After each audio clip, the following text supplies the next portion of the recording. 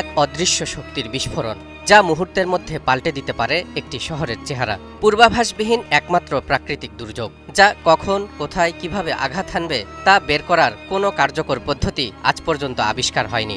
বলছিলাম ভূমিকম্পের কথা। এক এমন আতঙ্কের নাম, যার কারণে নিমিষে থমকে যায় সবকিছু। ভেঙে পড়ে সুউচ্চ ভবন, নিরাপদ আশ্রয়ের সন্ধানে মানুষ ছুটোছুটি শুরু করে এখান থেকে সেখানে। কিন্তু প্রশ্ন হলো, কেন হয় এই ভূমিকম্প? এর পেছনে কি শুধুই প্রাকৃতিক কারণ, নাকি রয়েছে কোনো বিশেষ বার্তা? মহাগ্রন্থ আল কোরআনে ভূমিকম্পের কথা বহু স্থানে বর্ণিত হয়েছে। এমনকি ভূমিকম্পের নামে পুরো একটি সূরাই নাজিল করা হয়েছে। এরশাদ হচ্ছে, ইযা জুলজিলাতিল আরদু জিলজালাহা ওয়া আখরাজাতিল আরদু আসকালাহা ওয়া ক্বালাল ইনসানু মা লাহা ইয়াওমাইযিন তুহাদ্দিসু আখবারাহা বিআন্না রাব্বাকা আওহা লাহা। যখন পৃথিবী তার কম্পনে প্রকম্পিত হবে, যখন সে তার বোঝা বের করে দেবে এবং মানুষ বলবে এর কি হলো, সেদিন সে তার বৃত্তান্ত বর্ণনা করবে, কারণ আপনার পালনকর্তা তাকে আদেশ করবেন।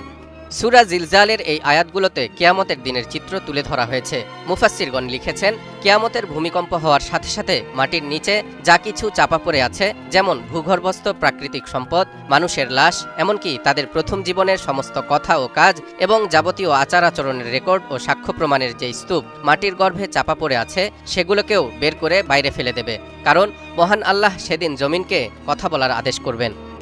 এই যে কেয়ামতের দিন ভূকম্পনের মাধ্যমে বোঝা বের করে দেওয়ার কথা বলা হয়েছে, এর সাথে বর্তমানের ভূমিকম্পেরও মিল রয়েছে। টেকটনিক প্লেটগুলো যখন একটি আরেকটির সঙ্গে ঘষা বা ধাক্কা খায়, তখন সেখানে প্রচুর তাপ সৃষ্টি হয়। তাপের কারণে ভূ অভ্যন্তরের পদার্থ গলে যায়। ম্যাগনা নামের এ গলিত পদার্থ চাপের ফলে নিচ থেকে ভূপৃষ্ঠ ভেদ করে বেরিয়ে আসে, যার ফলে সৃষ্টি হয় পৃথিবীর আগ্নেয়গিরি। কোরআনের যত স্থানে ভূমিকম্পের কথা বর্ণিত হয়েছে, সবগুলোই কেয়ামতের সাথে সম্পর্কিত। ইসলামিক স্কলারগণ বলছেন, কোরআনে আল্লাহ তাআলা কেয়ামতের সাথে ভূমিকম্পকে গেঁথে দিয়েছেন, কারণ কেয়ামতের শুরুটা হবে ভূমিকম্প দিয়েই। তবে পৃথিবীর বর্তমান ভূমিকম্পের তুলনায় কেয়ামতের দিনের ভূমিকম্পের বিস্তর পার্থক্য রয়েছে।